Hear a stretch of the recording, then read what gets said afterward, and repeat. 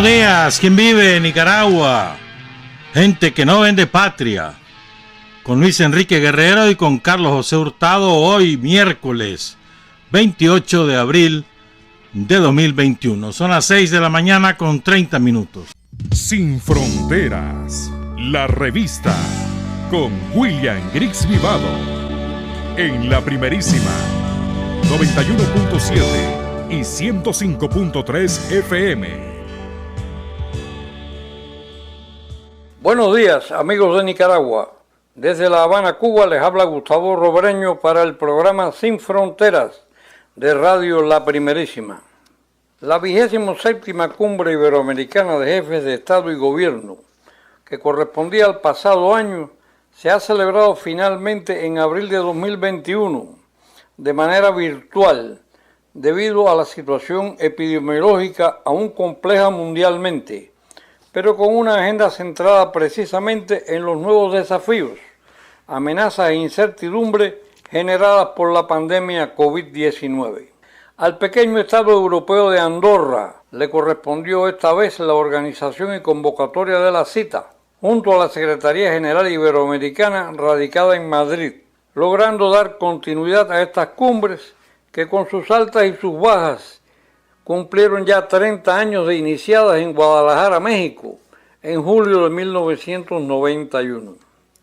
Como es de suponerse, tales encuentros nunca fueron muy bien vistos por los gobiernos de Estados Unidos, siempre reacios a todo lo que pueda convertirse en unión, afinidad, integración o simplemente encuentro entre los países latinoamericanos y caribeños, por muy inocentes que puedan parecerle los resultados. Para este tipo de encuentro, el imperialismo norteamericano reserva a la OEA, que es su redil preferido y es donde está presente, donde tiene todas las posibilidades, donde mover sus hilos a su antojo y donde puede llegar a tener tipos tan serviles como Luis Almagro, que hagan su voluntad ciegamente. Tal como en la cumbre fundacional de Guadalajara, fue la asistencia de Cuba, en aquella ocasión representada por Fidel Castro. El hecho más significativo y políticamente más destacable en esta cumbre fue indudablemente, aún de manera virtual, la presencia con pleno derecho, como corresponde, de la República Bolivariana de Venezuela, lo que ha otorgado a esta cumbre la más plena legitimidad y representatividad.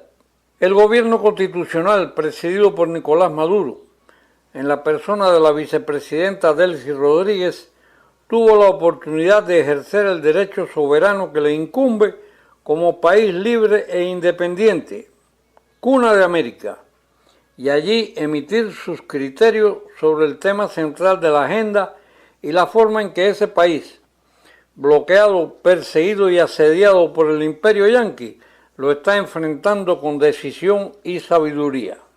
Un sentimiento unánime fue el reclamo por una distribución más justa y equitativa de las vacunas contra la COVID-19 que están produciendo los consorcios farmacéuticos del mundo desarrollado, actualmente secuestradas por un reducido grupo de países capitalistas con intenciones monopólicas. La próxima cumbre iberoamericana regresará al Caribe y su sede será la República Dominicana.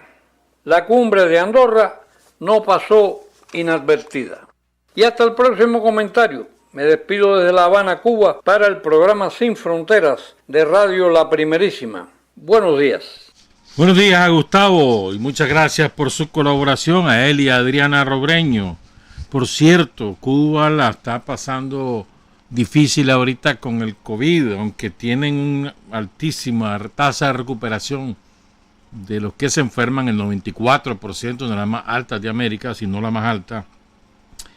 Tienen ahora una mezcla de las variantes del COVID, más bien de las variantes del virus, la surafricana, la británica, la no sé cuánto. Y ayer había una exposición con el presidente Díaz-Canel, el primer ministro Marrero, y ahí compareció el Raúl Guinovar Díaz, que es un doctor en matemáticas y decano de la Facultad de Matemáticas de la Universidad de La Habana. Y él predijo que Los pronósticos son desfavorables, que existen condiciones para que crezca la epidemia o se mantenga en una cifra elevada de casos confirmados diariamente. Donde mayor transmisión hay es en La Habana, en todos sus municipios. En la propia capital, el problema principal es en Centro Habana, Habana Vieja, Habana del Este, Guanabacoa y San Miguel del Padrón. También tienen muy alta incidencia en Matanza, en Santiago, en Camagüey y en Holguín. Entonces, y aquí nosotros ya hay muchos que nos hemos relajado con las medidas y tenemos que recuperar la disciplina porque hay incidencia del virus. Tenemos que asumir que el virus no se va a ir. Tenemos que aprender a convivir con él y a inmunizarnos cuando corresponda a cada quien la vacuna, pues. Pero mientras tanto hay que ser muy disciplinados. Creo que lo más importante es la distancia social, 1,5 metros, y el lavado de manos frecuente con agua y jabón o con alcohol, con lo que sea, pero lavado. Entonces están convocadas muchísimas cosas, muchísimos eventos. Hay que cuidar, hay que tomar las medidas, no hay que confiarse, ¿verdad? Sobre todo porque en Costa Rica la cosa está fuera de control. El domingo, el sábado fue la alerta general, pero creo que el domingo, ayer se saturaron las unidades de cuidados intensivos de Costa Rica, sobre todo en la capital. Y están circulando otras variantes del virus, como la brasileña. Hay una que le llaman la andina, que empezó a circular solo en el Perú, Chile y Bolivia, y de pronto ya parece que ya migró hacia el norte.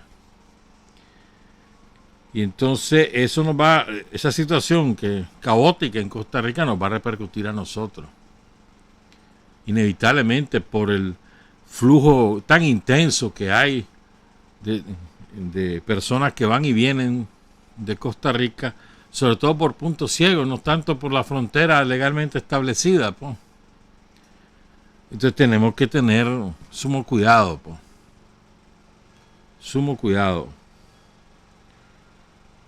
A ver. Me estaba diciendo el compañero William Ramírez que medio chauvinista William. Dice que la mejor fiesta de Managua es la de la colonia 1 de Mayo. Bueno, si yo le digo eso a los de la 14 de septiembre me van a decir que no es cierto, que es la de ellos. Pero bueno, dice William que sí, que es la de ellos. Entonces el bacanal empieza, mañana y termina el domingo. 4 días de bacanal, 49 aniversario de la colonia 1 de Mayo aquí en Managua, que es bastante grande además. Va a haber hasta un carnaval, van a hacer el domingo, después van a haber fiestas todos los días. Así que a usted que le gusta tanto el bacanal, nosotros las personas comedidas, pues no, ¿verdad? Pero ustedes dos que son un par de bacanaleros, picados, ¿qué más son ustedes dos? Y otras cosas por ahí, van para la 1 de Mayo, pues. Jueves, viernes, sábado y domingo. Felicidades a todos los residentes de la colonia 1 de Mayo. Fíjate que ayer me sorprendió sinceramente. De pronto veo, y esto, como a las 10 de la noche, algo así. No, un poco más. Y ahí se murió Aristóbal Istúriz. A los que seguimos la situación de Venezuela con regularidad, sabemos qué tipo de político era Aristóbulo. Murió en la mesa de operaciones. Le estaban operando del corazón. Esas operaciones de corazón abierto son sumamente riesgosas, ¿verdad? Y él tenía 74 años, tenía que hacerse la operación sí o sí, porque aunque no se la hiciera se iba a morir. Entonces él corrió el riesgo y se murió. un veteranísimo dirigente político de Venezuela. Fue primero sindicalista, después se metió al Partido de Acción Democrática cuando era socialdemócrata. Lo abandonó después de la rebelión del pueblo en 1989, que culminó con una masacre de más de 3.000 personas de parte de Carlos Andrés Pérez. Después vino la rebelión de Chávez y su fracaso, su cárcel. Aristóbulo se presentó a elecciones con un nuevo partido, la ganó ahí en la alcaldía de Caracas. Después quiso la reelección, las perdió la reelección, y entonces fundó otro partido y se sumó a Hugo Chávez. Respaldó a Chávez en las elecciones del 98 y desde entonces con Chávez. Fue ministro de varias carteras, fue vicepresidente de Venezuela, fue constituyente 2 veces, fue gobernador de Anzoátegui y fue ministro de Educación con Chávez, y ahorita era ministro de Educación. Negro, de raza negra, un hombre divertido, de una gran capacidad de comunicación. Incluso tuvo un programa radial, después tuvo un programa de televisión, porque un tipo agradable, entonces divertido y con lenguaje fácil. Le ayudaba que él era maestro. Y de verdad que me sorprendió negativamente pues la muerte de Aristóbulo Istúriz a sus 74 años. Saludamos a toda la comunidad venezolana y especialmente a los bolivarianos. Y ayer también, es que estoy repasando esto. Después vamos a hablar de 2 grandes temas hoy. Pero bueno, es que ayer de pronto se estaba comiendo un pescado, Pepe Mujica, se estaba ahogando. Pepe Mujica, ya tiene como 85, 86 años, por ahí anda ya. Se estaba ahogando. Y ahí se le fue una espina. Le llevaron de urgencia al hospital, lo operaron, ya le sacaron la espina. Por andar comiendo pescado con espinas. Se te va un hermano y te llamaba. Odio, por eso yo, un pescado con espinas, un hermano, te lo regalo. No vaya a ser, hermano, que se me atraviese un y que me llamaba yo. Hombre, pues Pepe Mujica fue operado. Se le clavó la espina en el esófago. Fíjate vos. Ya tanto y no se murió. O sea, tiene suerte. Vamos a cambiar totalmente de tema. Me estaba leyendo una frase me leí una exposición de un gran intelectual cubano. Ya murió en el 2013, si mal no recuerdo. Era el fundador de la Escuela Latinoamericana de Cine. Ya tenía 87 años cuando murió. Alfredo Guevara. De un gran prestigio, un gran peso político en Cuba. Orden José Martí, varias órdenes, pues. Un gran peso político tenía. Y entonces él nunca fue, ¿cómo te dijera yo? Complaciente. Siempre fue un hombre muy, muy transparente y franco en sus ideas, siempre.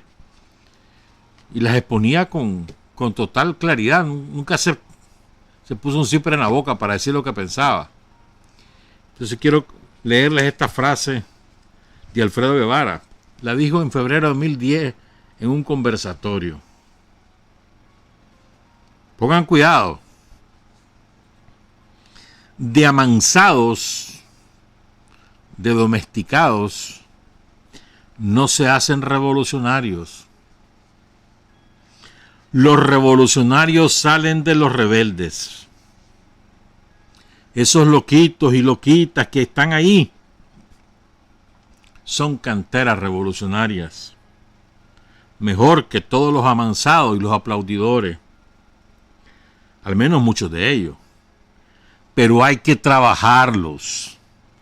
Hay que aprender hasta de los testigos de Jehová, que van de casa en casa, hablan con la gente, les tiran una puerta y vuelven una y otra vez, predican sin descanso. Y eso se pregunta Alfredo Guevara en 2000, 10 allá en La Habana, repito, hace 11 años, se pregunta Alfredo Guevara, que eso de predicar sin descanso, se pregunta, ¿y eso lo hacen nuestros dirigentes de la juventud? No. Tienen tantas reuniones de mañana, tarde y noche que pierden el sentido de la realidad real. De amansados no se hacen revolucionarios. Los revolucionarios salen de los rebeldes. Gran frase de Alfredo Guevara. Cambio de tema. Pero lo vinculo porque la verdad es que todo esto, todo. Un compañero me lo decía el lunes y ayer casualmente, vale la casualidad, ayer al mediodía, la vicepresidenta de la República, Rosario Murillo, hizo una reflexión a este respecto. Solo les voy a leer un párrafo, porque ahí están los dos elementos sustantivos, ¿verdad? Dice Rosario, y esto nos cae a todos, hermano. Esto que dice Rosario no es solamente a los tranqueros, no, nos cae a todos. Es importante por eso. Dice Rosario, que nos libere el Señor de esos afanes de venganza que no aplican en esta Nicaragua bendita, donde el odio no pudo ni podrá. Pero eso no puede llamar a la venganza a nadie, y repite, a nadie. Fuimos destruidos y hemos ido adelante con la fuerza que nos da Dios. Quisieron desalojar el amor y no pudieron ni podrán. Nos destruyeron, nos quemaron seres humanos vivos a vista y paciencia de comunidades enteras, pero el odio no pasó. Por eso decimos, sálvanos Señor, sálvanos del odio, de la amargura, de los afanes de venganza. Vean, creo que el tesoro más preciado del pueblo de Nicaragua, por lo tanto también de los sandinistas y hasta de los tranqueros, hasta de ellos que no son parte, pero bueno, también de ellos, el tesoro más grande es la paz. No hay mayor tesoro que la paz, sobre todo en el pueblo de Nicaragua, que tiene una historia tan difícil. Pasamos en guerra hasta que la reanudaron durante esos 3 meses los sicarios de los gringos. Pasamos en guerra de más o menos 1840, 41 por ahí. Aquella salvajada que pasó en León, el otro día me estaba releyendo eso. Fusilamiento de curas, fusilamiento de dirigentes políticos, fusilamiento de militares. Terrible, con la invasión de los salvadoreños que vinieron aquí. Porque el guatemalteco estaba enfurecido con los nicas. Y aliado con el obispo de Guatemala, con el recién nombrado obispo de El Salvador, mandaron a Nicaragua al jefe, el presidente de El Salvador, que era un militar. Y hizo chanchada. Bueno, desde entonces, guerra hasta 1994, más o menos, cuando terminó el fenómeno de los recontras. ¿Verdad? Con un lapso de los 30 años de la oligarquía conservadora que no hubo guerra. Un paréntesis, perdón, no un lapso. Pero pues hemos vivido en guerra siempre, hermano. Los ricos secuestrando a los pobres para que vayan a defender sus intereses, prácticamente desarmados, analfabetas, empobrecidos y obligados a pelear guerras que no eran de ellos, ni sabían por qué iban. Es que el patrón dice que vayamos, y ya iban a morir. Miles de campesinos y de obreros agrícolas murieron en esos campos de batalla y nadie ni siquiera supo sus nombres. Los que vivimos la guerra de liberación y la guerra de los 80, sabemos el precio de la paz. Y no hay nada más importante que preservar la paz. Nada, nada más. Porque sin paz no hay progreso, hermano. Y entonces, ¿y la paz dónde se empieza a romper? En el territorio. Si en el territorio las cosas están difíciles, hay odio, hay venganza, ahí empieza a anidarse, anidarse, anidarse. Cuando hay alguna chispita, se desató el pandemonium. ¿Por qué digo esto, hombre? Porque esto que dice Rosario es muy importante. A veces lo leemos, lo escuchamos y no lo analizamos. Mira, hermano, dice Rosario, no puede llamar a la venganza a nadie. A nadie, dice. El hecho de que nos hayan destruido no es para vengarnos. Claro, no es tampoco para cruzarnos de brazos, pero no es para la revancha, para la venganza. Nuestra revancha en todo caso será política, vamos a demostrarlo en las elecciones del 7 de noviembre. Pero entre tanto no tenemos por qué andar sembrando cizaña, alimentando el odio en la comunidad, sobre todo. Que ese maldito era esto y lo otro. Y vamos, no le des nada. Voy a inventar. Si va a pasar por la calle por su casa, que frente a su casa queden hoyos nada más. Un ejemplo, pues estoy diciendo una burrada, pero quiero ilustrar lo que. O sea, no podemos andar en ese afán. Nosotros el afán ahorita es de propiciar la concordia, respeto entre nosotros.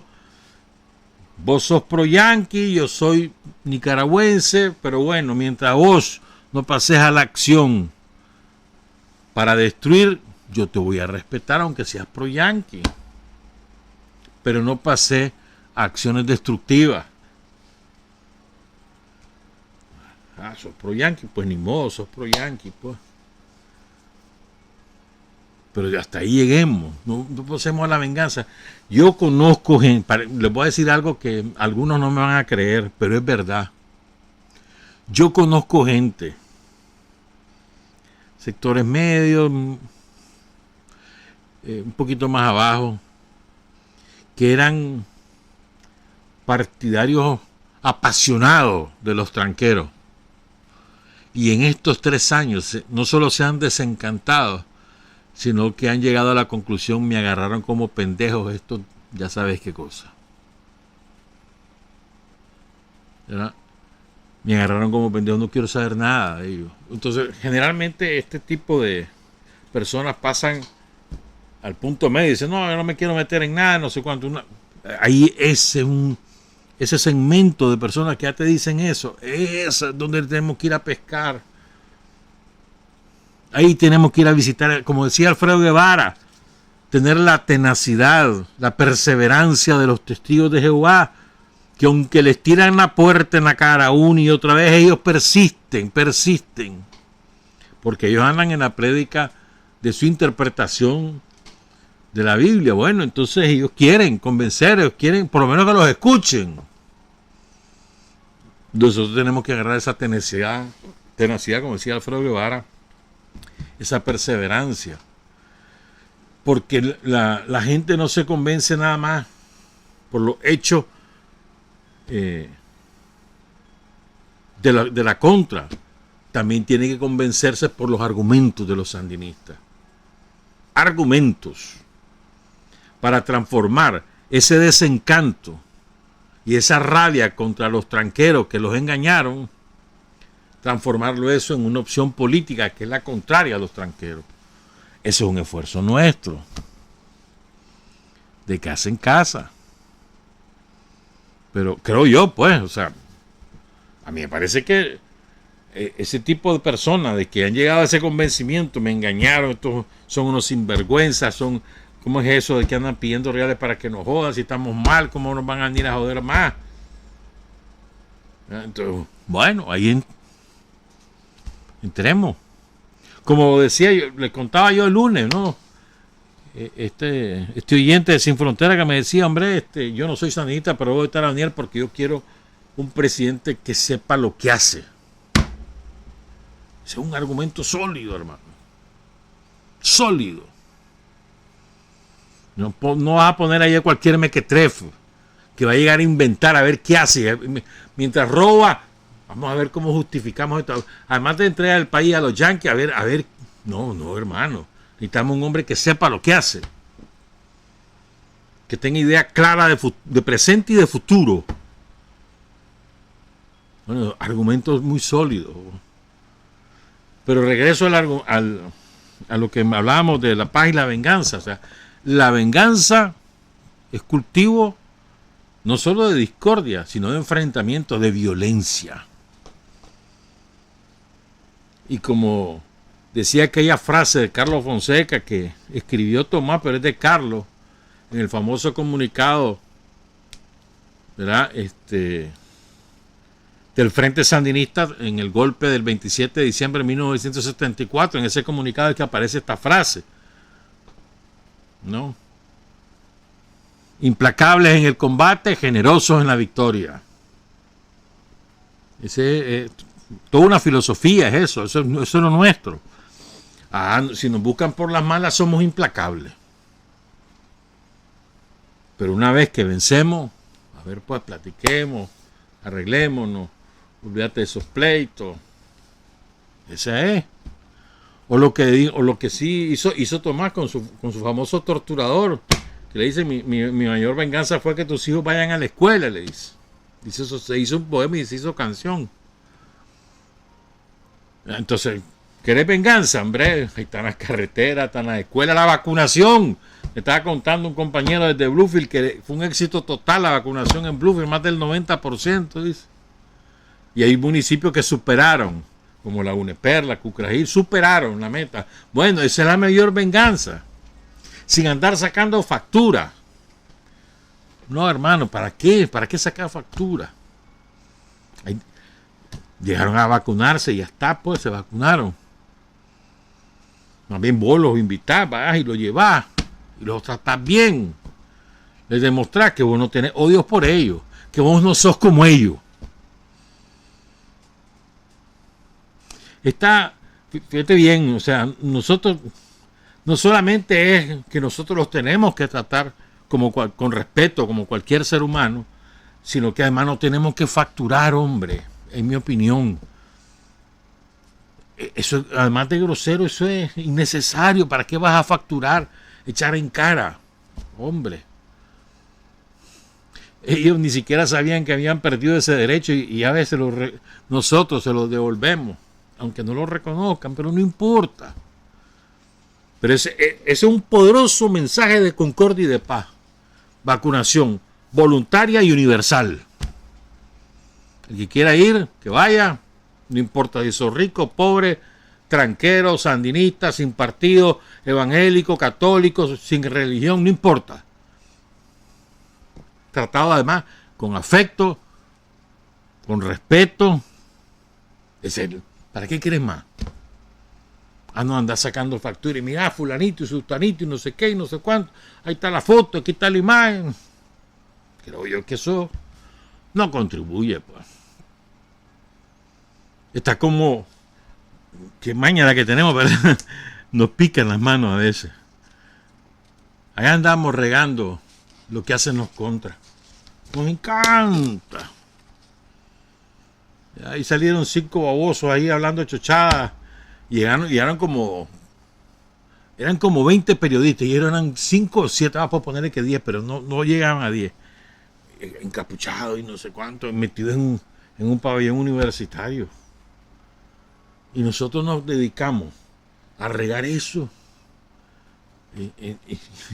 Haciéndole la propaganda, hermano. La mejor, para una organización política, la mejor propaganda y la más barata es la que te hace tu enemigo. Es la mejor propaganda.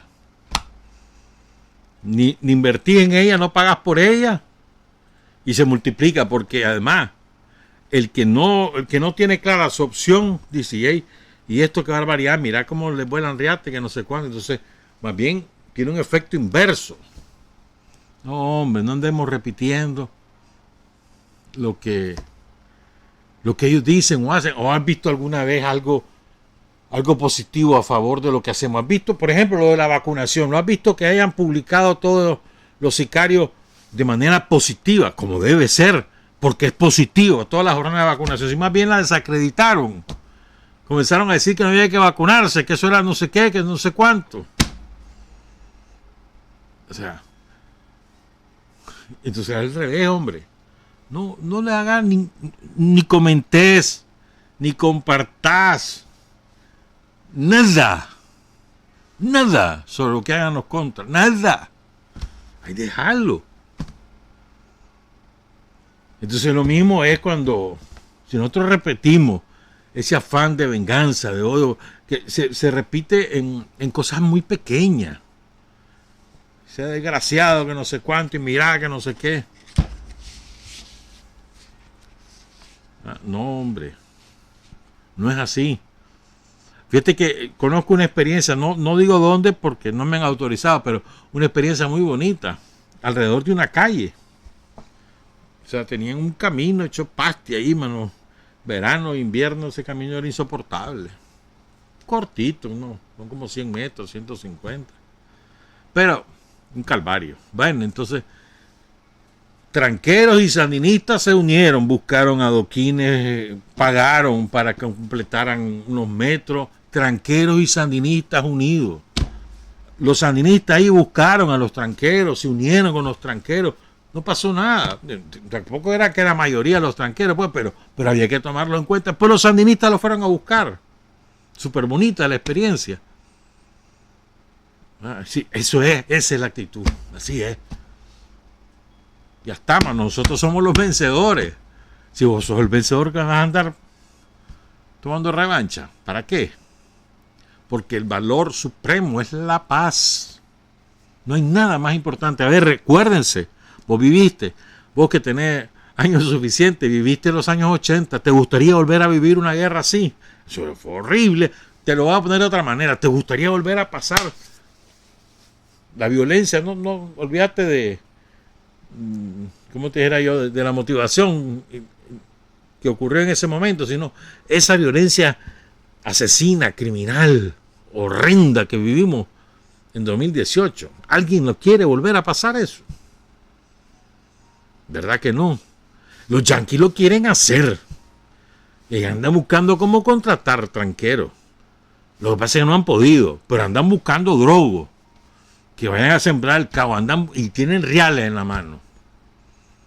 Tienen reales. ¿Cómo lo vamos a controlar? Desde el territorio, sabiendo los drogos que puedan ser susceptibles de eso, y le pasar el informe a la policía. Es la policía, para eso tenemos policía, hermano. Es la policía la que se encarga de esas cosas. No somos nosotros. ¿Tenés información? Pásasela a la policía. La policía es sumamente eficiente, hermano. ¿Me entendés? Mientras tanto, nosotros hacemos el trabajo político. Te digo, esa experiencia me parece sumamente bonita. Esa experiencia de esa comunidad. Se juntaron. Y no te estoy hablando que fue en el año 2017. No, hermano, fue este año. Este año. Los sandinistas fueron a buscar a los tranqueros casa a casa, mira, porque ahí de fulano, el hijo no, pero la mamá sí, la mamá no, pero el hijo sí, lo que sea.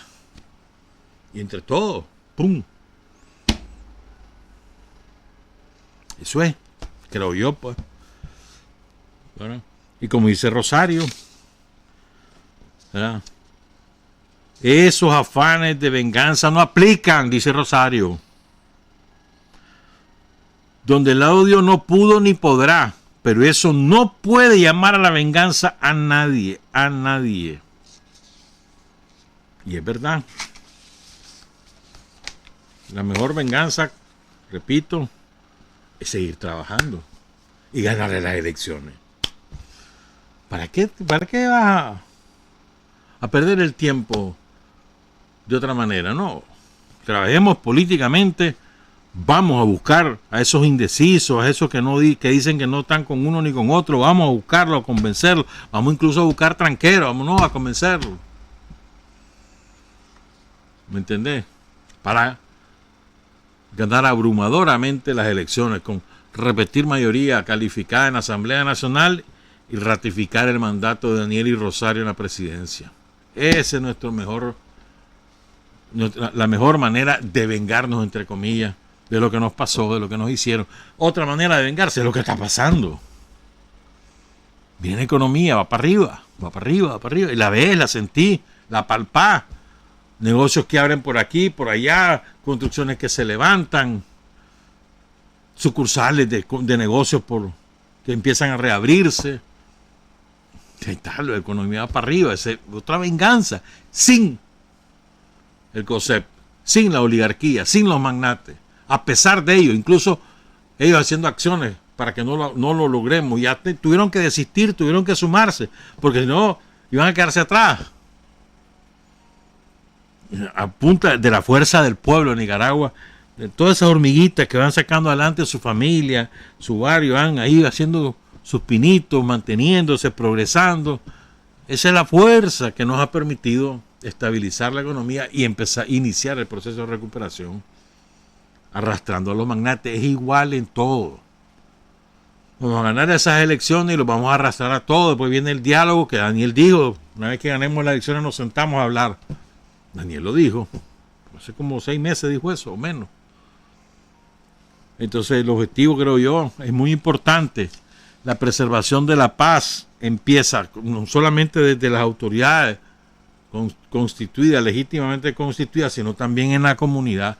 Si no hay motivo en la comunidad de discordia ni de revancha entre un vecino contra otro, entre una familia contra otra, si no hay ese motivo, aun y cuando vengan los sicarios contratados por los yanquis, la gente no va a andar buscando cómo echarle leña al fuego, buscar cómo dañar al vecino, si no hay esa discordia. Ese es un esfuerzo nuestro. Creo yo que es muy importante, muy importante. Solo me acuerdo yo de la guerra de los 80, hermano, bueno, y la represión de Somoza, que eso era espantoso. ¿No? Cuidemos la paz entonces, y la cuidamos desde nuestra propia conducta personal, comunitaria, familiar, colectiva. Una pausa, regresamos. Hay hombres que luchan un día y son buenos. Hay hombres que luchan un año y son mejores. Pero hay hombres que luchan toda la vida. Esos son los imprescindibles. 7 de la mañana con 15 minutos. Ahora vamos a cambiar totalmente de tema. Es que con todo eso que está pasando en la India, que por cierto, hoy, como a las 10 de la mañana, hora de ellos, hubo un terremoto de 6.2. Hay imágenes de mucha destrucción, pero no ha habido víctimas hasta ahora. Entonces la India, ¿verdad?, que tiene toda esa mortandad, las piras que se están organizando en plena calle porque los crematorios no dan abasto. La tradición de la mayoría de los que habitan en la India, recuerden que ahí son 1.400 millones de habitantes, no es enterrar, sino cremar a sus deudos. O sea, que hay una tribu de Orinoco, un paréntesis, que cuando se fallece alguien de la tribu, lo creman, hacen una pira, y después que termina pasan 3-4 días quemándose el cuerpo de su miembro, del miembro de su comunidad. Entonces recogen la ceniza y la mezclan con una bebida típica.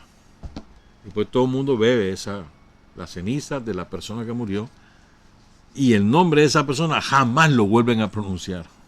Lo cuenta Galeano en Espejo, que ya le puedo decir por qué. ¿Por qué me acordé de eso? Bueno, entonces viendo eso de la India, yo me acordé que en la India hay miles de castas que le llaman. O sea, la casta superior es la que tiene todos los derechos habidos y por haber, y hay castas que no tienen derechos, tienen menos derechos que los animales. El sistema de castas en la India es una cosa. Entonces la inmensa mayoría de los que están muriendo no son registrados en la India porque son de las castas inferiores, no tienen derecho ni a un médico. Eso es lo más terrible. Entonces vos ves que están incinerando gente en las calles, porque no hay crematorio, ya ni siquiera hay capacidad de tirarlos al Ganges y ahí meterle fuego.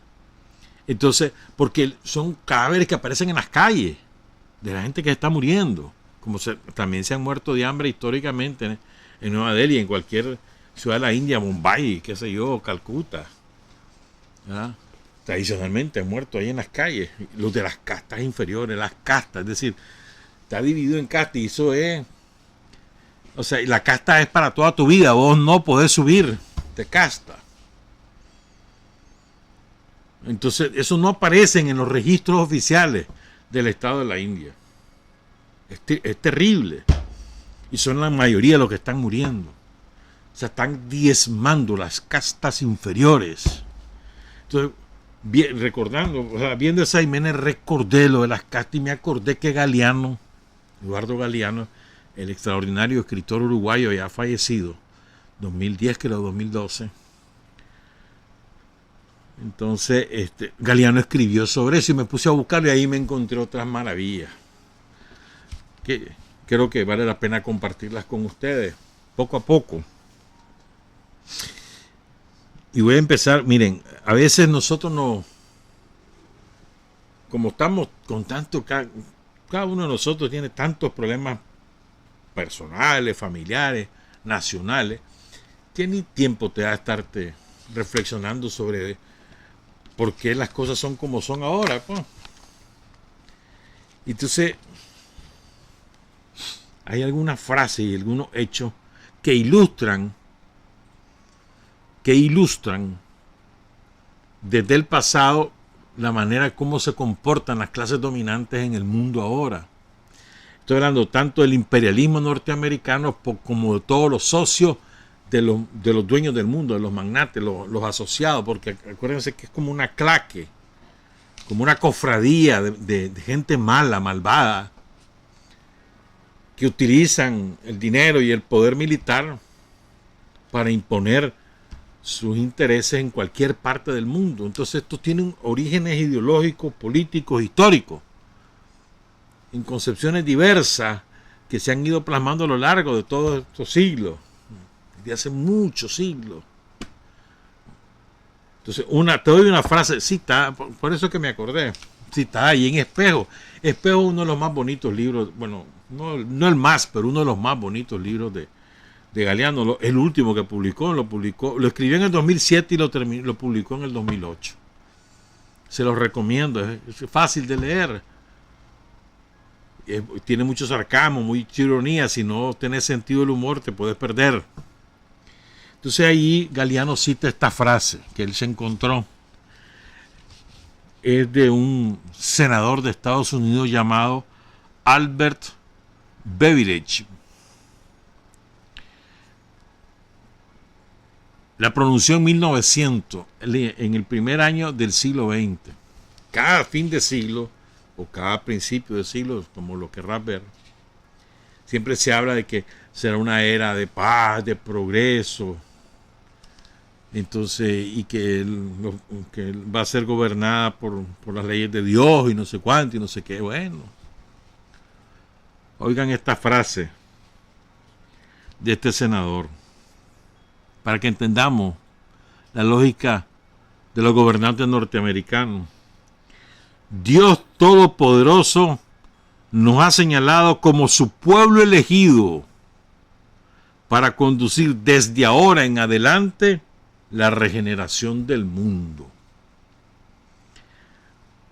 Era el naciente imperialismo norteamericano, todavía no era la potencia dominante, seguía siendo Gran Bretaña. Pero Estados Unidos era la potencia emergente. Dice, nosotros estamos elegidos por Dios. Nosotros vamos a regenerar el mundo. Ellos se creen, el pueblo elegido es como los sionistas, también se creen el pueblo elegido de Dios. Y en nombre de eso han hecho atrocidades. Entonces los yanquis van en esa misma filosofía, que tiene su origen incluso mucho más allá, pues, cuando llegaron las primeras familias que llegan de Europa, que son sumamente conservadoras, son perseguidas por sus creencias religiosas, son sumamente encerradas, y eso se convirtió en la tendencia religiosa mayoritaria después en Estados Unidos. Pero tiene muchos orígenes, pero lo que quiero decir es esta filosofía. Les voy a contar algo más. Ahí creo que en 1621, por ahí, ya habían llegado los primeros emigrantes irlandeses e ingleses ahí en el Mayflower y todas esas cosas ahí en Nueva York. Ya habían llegado. Entonces hubo una gran sequía y al año siguiente hubo inundaciones. Entonces la cosa es que había una hambruna terrible. Pongan cuidado en esto. ¿Verdad? Y entonces, ¿se acuerdan ahí los que habían llegado de una tradición pagana que era el Festival de la Cosecha? Que siempre era finales de noviembre. Y después lo convirtieron entonces en acción de gracias. Entonces, ¿por qué? Miren lo que ve. Había habido primero la sequía que causó hambruna y después las inundaciones que causan hambruna. ¿Quiénes ayudan a los invasores? Los pueblos nativos. En serio, les dieron de comer, les enseñaron a buscar frutas, a cazar, a ver qué tipo de animales cazar, a pescar, en qué tipo de pez y en qué río. Miren lo que es la vida. Hacen entonces ahí el año siguiente, como sobreviven, una gran mortandad, pero bueno, sobrevivió una parte, entonces hacen una acción de gracia. Y esos mismos que le dan las gracias al pueblo Wampanoag por haberle salvado la vida, esos mismos el año siguiente son los que los mataron para colonizar sus tierras y después emprendieron toda la colonización sangrienta del resto de Estados Unidos. Los mismos que fueron alimentados, como dice Galeano, fueron alimentados, socorridos por los indios, esos mismos que fueron salvados, su vida fue salvada, son los que después los mataron. Después, al año siguiente. Esa es la filosofía de esto. Te utilizan y después te matan. Y en nombre de Dios, te matan. Otra cita de Galeano. Después voy a terminar con una que es salvaje. A ver si da tiempo, son las 7:25. Miren esta.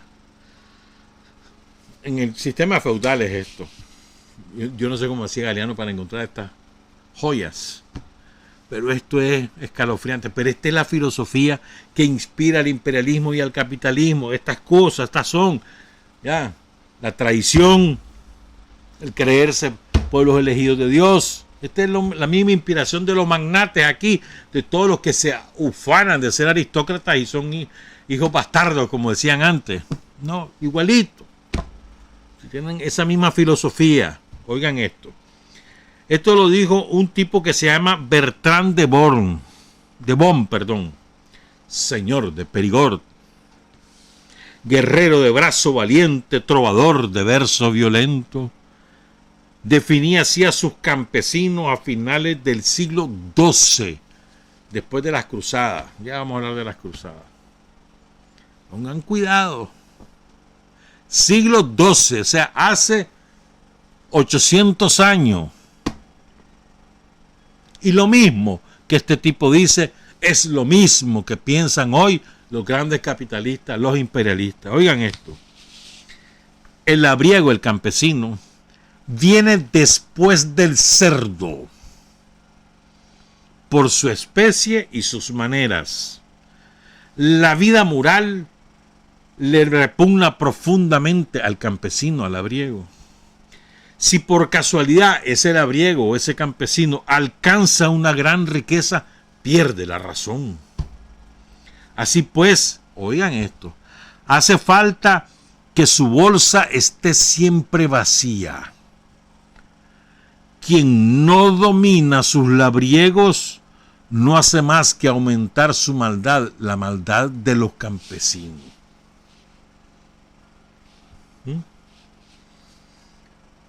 El campesino es menos que el cerdo. Y un campesino que llega a tener reales se vuelve loco. Y el campesino por naturaleza es malo. Así que hay que buscar como esté siempre pobre, y debajo de los cerdos, porque si no, su maldad se desarrolla. Esa es la filosofía. O sea, esto no viene de ahora, y está inspirado en ideas supuestamente religiosas y que el Dios y no sé cuánto. Recuerden el matrimonio que hubo entre la jerarquía católica y el poder económico, y ahora vamos sobre eso. Ya vamos a ir. Les cuento otra más. Oigan esto, repito, para que entendamos muchas veces que los ricos, ¿por qué actúan como son? Porque eso lo llevan en sus genes. Entonces por eso es que no nos debe dar pesar los burgueses derrotados. No es que vamos a ir a tomar venganza, pero no nos dan pesar, hermano. Lo tratamos como otro ser humano y ahí muere, pero no es que te dé pesar. Ay, pobrecito, no. Oigan esto. ¿Ubican ustedes quién es Jonathan Swift? No, ¿verdad? Pero si les digo, a algunos de ustedes van a saber cuando les diga Los viajes de Gulliver. Ahí sí, ¿verdad? Un libro fabuloso, bueno, lindo es ese libro. Hace muchos años, muchas lunas que lo leí, pero bonito, un libro muy bonito. Los viajes de Gulliver, de aventura y esas cosas. Entonces Jonathan Swift fue el que lo escribió, irlandés. Pero el editor que le publicó ese libro no quiso que él lo firmara en la primera edición, porque él era un hombre muy controversial por sus ideas extremistas. Y lo que es verdad, y produjo un libro tan bonito, y era un maldito el desgraciado.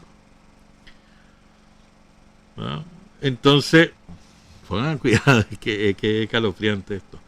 Como el libro tuvo un gran éxito, entonces en la siguiente edición ya le permitieron poner su nombre. Pero es que este tipo había propuesto, oigan esto, allá por el año 1729, había propuesto a la sociedad irlandesa enviar al matadero a los hijos de los pobres. Esos niños pueden convertirse en el más delicioso, nutritivo y completo alimento, estofado, asado, hornado o hervido, y se podría aprovechar la piel para fabricar guantes de señoras. A los hijos de los pobres, ¿verdad? Pero también el tipo hacía preguntas a la sociedad. Se trataban de ingleses, algunos irlandeses, ¿no? Se sentían parte del imperio. Entonces este tipo les preguntaba, dice, ¿por qué provoca horror mi proyecto de canibalismo si Irlanda es un país comido por Inglaterra y a nadie se le movió un pelo? ¿Los irlandeses mueren de hambre por culpa del clima o por la asfixia colonial? ¿Por qué yo soy un hombre libre cuando estoy en Inglaterra y me convierto en esclavo no bien piso Irlanda? ¿Por qué los irlandeses no se niegan a comprar ropas inglesas y muebles ingleses y aprenden a amar a su patria? ¿Por qué no queman todo lo que viene de Inglaterra excepto su gente? La cosa es que a pesar de la popularidad de los viajes de Gulliver, lo declararon loco el tipo. El tipo había agarrado parte de los reales que sacó con los viajes de Gulliver y los donó para construir un manicomio. Pongan cuidado. Entonces lo declararon loco a él, pero no lo pudieron alojar en el manicomio que él había ayudado a construir porque no lo habían terminado y se murió. Po. Pero este mismo tipo en los viajes de Gulliver, cuento todo esto para que entendamos. Esta es la filosofía de esta gente. Entonces este tipo, citado por Galiano, ¿ya?, retrató en el último capítulo de los viajes de Gulliver la aventura de los colonialistas en América. Y escuchen esto. O sea, una descripción creo que muy certera, con todo y lo maldito que era que proponía que comerse a los niños, a los hijos de los pobres, y que saldrían riquísimas la carne de ellos, y que la piel la usaran para guantes. Ese maldito, oigan lo que escribe. Los piratas desembarcan para robar y saquear. Descubren gente inofensiva que los recibe amablemente. Bautizan a ese país con un nuevo nombre y toman posesión en nombre de su rey. Dejan constancia del hecho en un tablón podrido o en una piedra. Aquí comienza un nuevo dominio adquirido por derecho divino. Los nativos son expulsados o aniquilados. Sus príncipes torturados para que confiesen dónde está el oro. Hay patente de corso para todos los actos de inhumanidad y lujuria. La tierra apesta a sangre y esta execrable banda de carniceros consagrada a tan piadosa expedición es una colonia moderna enviada para convertir y civilizar a un pueblo idólatra y bárbaro. Mejor descrito imposible. Aquí en Nicaragua ocurrió. Los españoles torturaban hasta la muerte para saber dónde estaba el oro. Y así fue, como lo escribió este maldito, que otro maldito, pues, Jonathan Swift. Entonces te fías otra manera de hacer, o sea, son pueblos inspirados son un pueblo designado por Dios para encabezar el mundo, o sea, es su filosofía. Son traicioneros. Si vos les ayudas ahorita, no te garantiza nada. Si al día siguiente te van a robar, te matan y sin ningún escrúpulo, y lo hacen en nombre de Dios. Para sacar riqueza son capaces de hacer cualquier cosa, torturar, hacer lo que sea, en nombre de Dios. ¿Verdad? Si para salvar del hambre hay que matar niños y comérselos, también son capaces de hacerlo, y lo han hecho. No crean que eso es solamente reflexión, eso también ocurrió, sobre todo en algunos barrios empobrecidos de Londres y de París, ocurrió. Bueno, voy con otra. No, esto es solamente como broma, pero es que oí esto hace como 3000 años. Vos sabés que la cuna de la civilización de la Babilonia y demás es Bagdad, la capital de Irak, destruida por el imperialismo norteamericano, el imperialismo británico, la OTAN, destruida, incluyendo la biblioteca de Bagdad, que tenía ahí libros antiquísimos, los primeros libros escritos por la humanidad. Recordemos eso. Entonces, hace 3500 años, Alucinu, el payaso, dejó recetas escritas. Oigan, esto es para que se rían y para que les dé asco. Dejó sus recetas escritas. Entonces dice, oigan esto, para la charcutería fina, la cocina. Dice,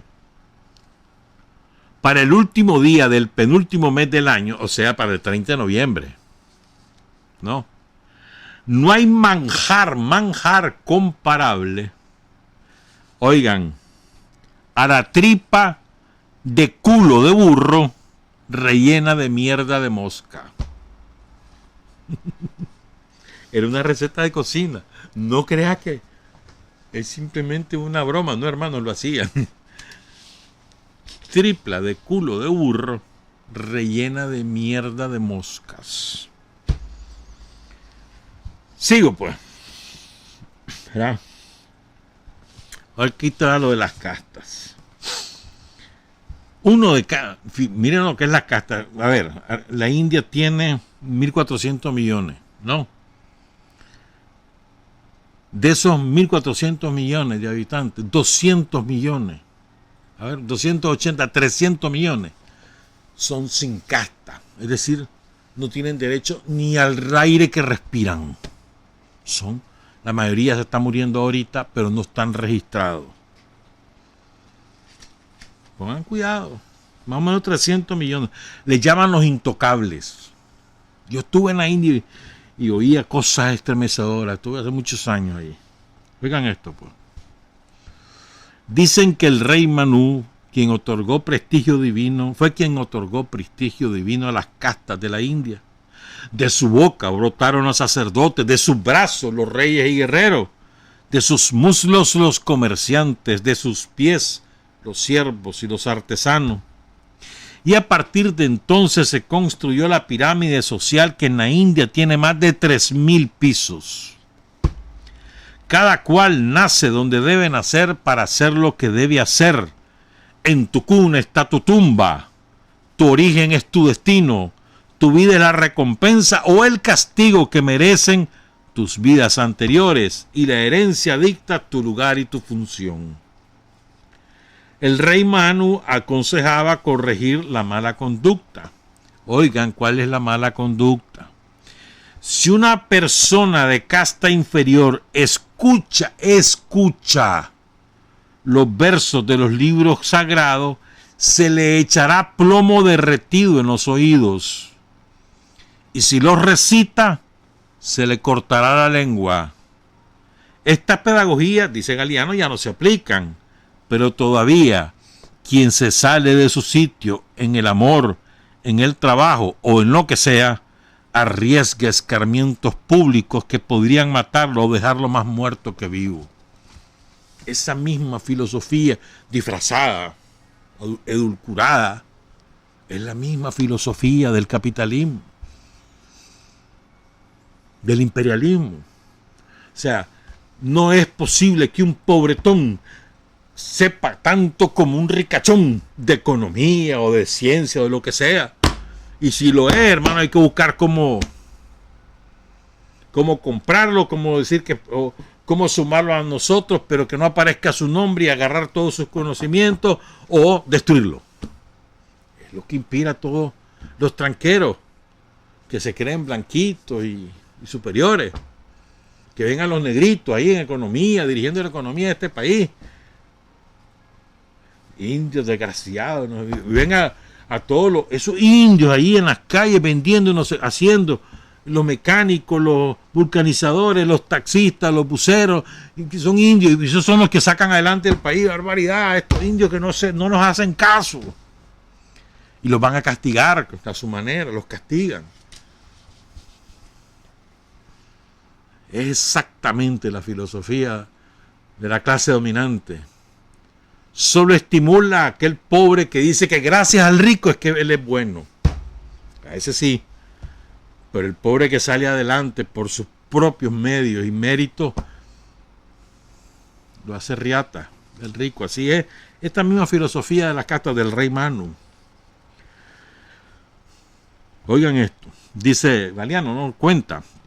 Los sin casta, 1 de cada 5 indios, están por debajo de los más de abajo.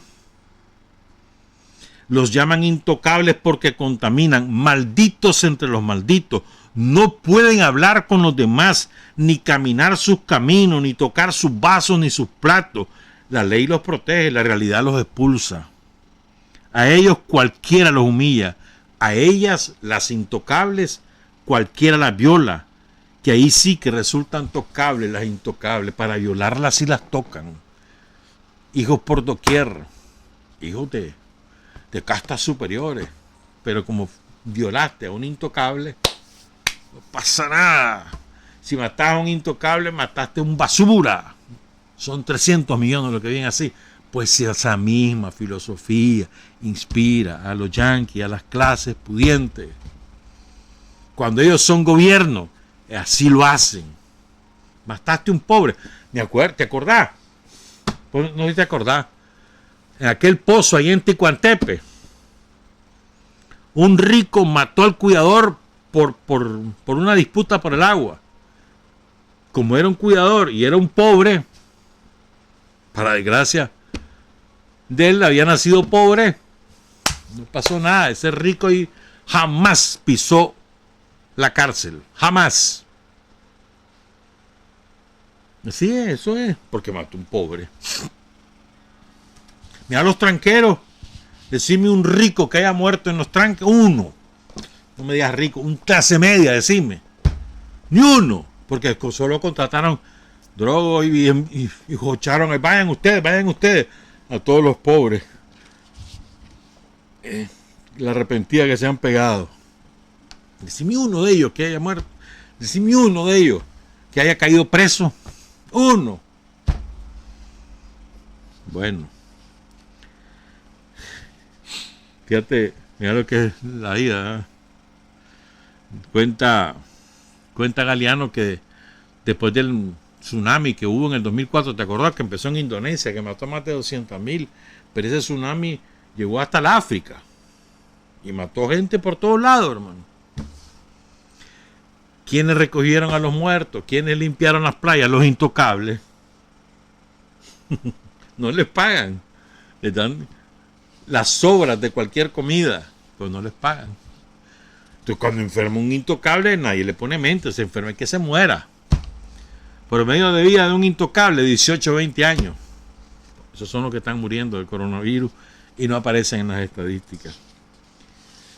Otra filosofía. Otro origen de manera de pensar de todos estos desgraciados que dominan el mundo. Las cruzadas. Los que estudiamos secundaria, seguramente recibimos en la clase de historia lo de las cruzadas. Y no los pusieron como una maravilla. Los hombres abnegados, caballeros ilustres, que se fueron a conquistar almas paganas y en nombre de Dios fueron a recuperar la ciudad santa. Las cruzadas fueron una cosa espantosa, hermano. Y se organizaron en una alianza entre el Vaticano, el Papa de la época, y los ricos, porque en el Medio Oriente estaban las rutas del comercio. Había una gran demanda de la seda, de los productos que venían, las especies y demás, los productos que venían de la India, de Babilonia, de Persia, de China, la porcelana. Pero eso fue después. Pero bueno, sí, en el Medio Oriente venían sobre todo este tipo de cosas, pues entonces. Y como sabían, después de, no importa, pues, se habían encerrado los pueblos de Medio Oriente y cada vez era menos el flujo de mercancía que iba de Medio Oriente hacia Europa. Entonces los comerciantes y los curas se aliaron para ir a tomar control de esa ruta. Y lo justificaron diciendo que iban a buscar cómo cristianizar, porque eso eran los rebeldes, era parte del Imperio Bizantino, de la partición de la iglesia, y otra parte que ya había empezado a seguir a Mahoma. Así se armaron las cruzadas. Les voy a contar algunas de las cosas refiriéndome a este libro Espejos de Eduardo Galeano. En total fueron 8 cruzadas. Bueno, hay quien dice que fueron 9, porque cuando murió uno de estos reyes que murió ahí en Egipto, en la última cruzada, vino otra cruzada para vengar y perdieron, pero no importa, 8 o 9 no importa. Fue más o menos en 140, 160 años. Fueron las 9 cruzadas, o las 8. Entonces, Jerusalén y Belén estaban en manos del Imperio Bizantino, que ya empezaba a ser musulmán. Entonces era la excusa del Papa: no, vamos a recuperar Tierra Santa. Entonces, la primera cruzada, cuenta Galeano, fue hacia Alemania. Bueno, porque ese era el otro pleito, era el pleito con el Imperio Germánico. Entonces fueron a Alemania en la cruzada, ¿verdad? Y ahí destruyeron una ciudad que se llama Mainz. No quedó un solo judío vivo, porque el prejuicio contra los judíos, tampoco crean que comenzó con Hitler. El prejuicio con los judíos empieza desde mediados como el siglo V, 500, sí, hace como 1500 años. Y ahí sí, los judíos los expulsaron los españoles. Los expulsaron, o sea, los sacaron de España sin derecho a nada. Incluso mucha gente se llevó la llave de su casa sin derecho a nada. Te estoy hablando, eso fue hace cuánto, es como 700, 800 años. Entonces el odio contra los judíos viene de antaño, hermano. Porque los judíos, y estoy hablando de los judíos en el sentido positivo de la palabra, es decir, son un pueblo emprendedor, muy astuto en las finanzas, esa es su principal arista, son comerciantes y dicen que los banqueros nacieron de manos de los judíos, por ejemplo. O sea, son gente que sabe negociar. Entonces, y además que son muy unidos entre ellos, entonces solo los colocaba en el centro del interés público para culparlos de cualquier desgracia. Entonces se fueron los cruzados a Alemania, a Mainz, que era la sede principal del poderío económico de los judíos, y no dejaron vivo a ningún judío. Y destruyeron toda la sinagoga. Las cruzadas. Fíjate bien. La cuarta cruzada salió a Jerusalén, pero nunca llegó.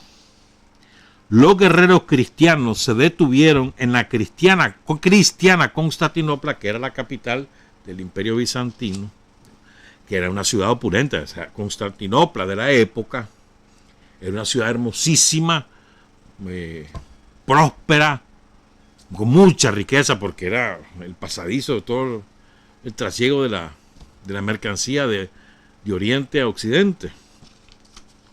Oigan esto, pues. Entonces ahí llegaron los cruzados, iban para Jerusalén, pero no, ellos se fueron para Constantinopla porque era la ciudad de los ricos. Durante 3 días y 3 noches la saquearon todita. No perdonaron iglesia ni monasterio. Y eran católicos que llegaban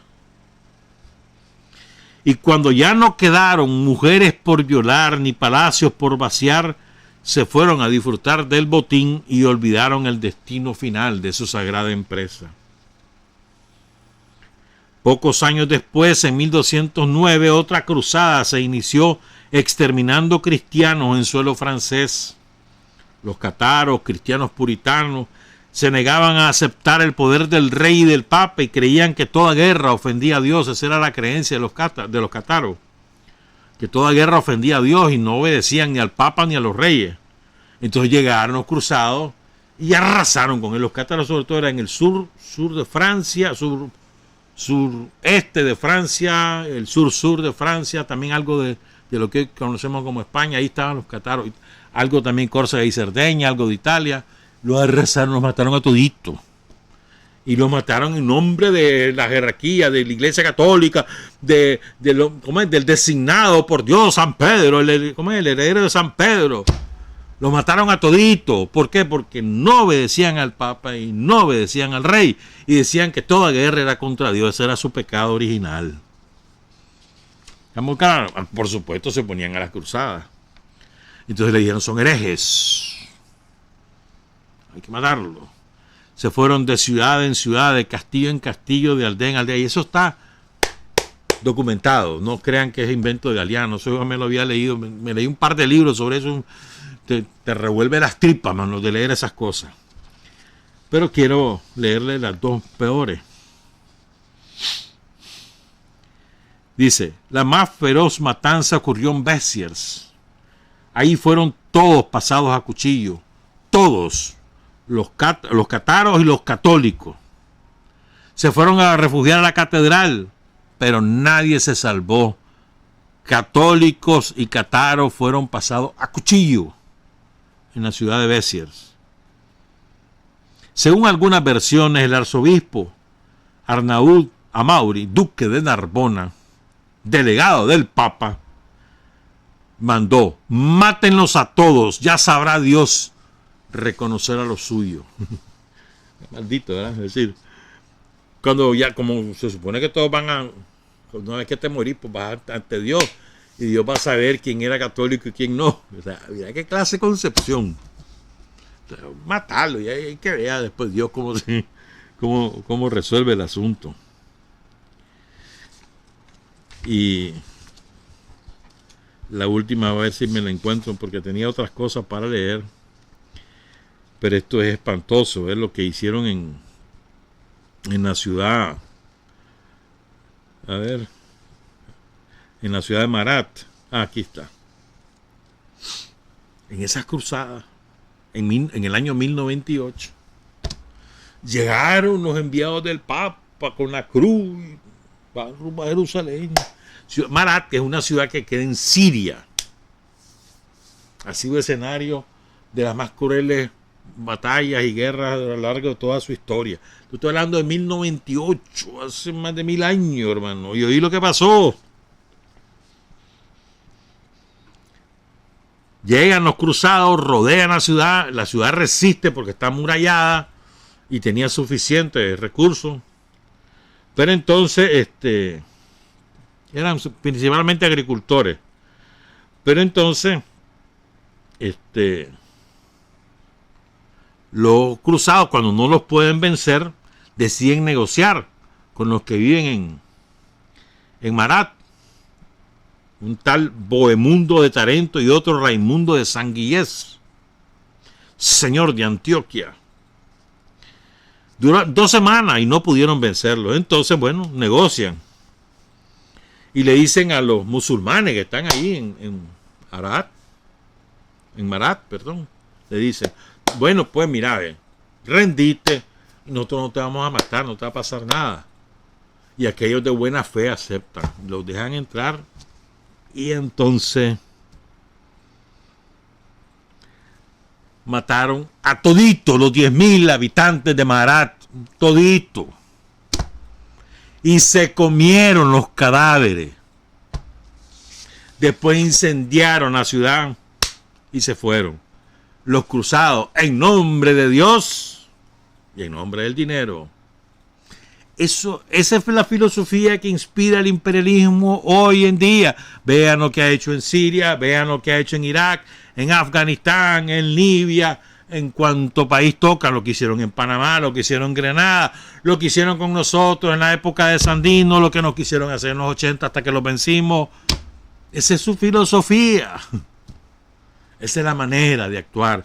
Lo hacen en nombre de Dios y asesinan y cometen cualquier tipo de desvarío, de atrocidad, incluyendo comerse a los otros seres humanos en nombre de su riqueza y de su dinero. Nos quedan un montón de cosas. Ay, voy a ver si da tiempo el lunes, viernes, o si no el miércoles, porque el lunes no hay. El lunes es libre. Lunes 3 de mayo, diera cruda además, hermano. Son las 7:55. Trabajar, avanzar, combatir, vencer, patria y libertad. Revolución es sentido del momento histórico. Es cambiar todo lo que debe ser cambiado. Es igualdad y libertad plenas. Es ser tratado y tratar a los demás como seres humanos. Es emanciparnos por nosotros mismos y con nuestros propios esfuerzos. Es desafiar poderosas fuerzas dominantes dentro y fuera del ámbito social y nacional. Es defender valores en los que se cree al precio de cualquier sacrificio. Es modestia, desinterés, altruismo, solidaridad y heroísmo. Es no mentir jamás ni violar principios éticos. Es convicción profunda de que no existe fuerza en el mundo capaz de aplastar la fuerza de la verdad y las ideas. Revolución es unidad, es independencia, es luchar por nuestro sueño de justicia para Cuba y para el mundo, que es la base de nuestro patriotismo, nuestro socialismo y nuestro internacionalismo.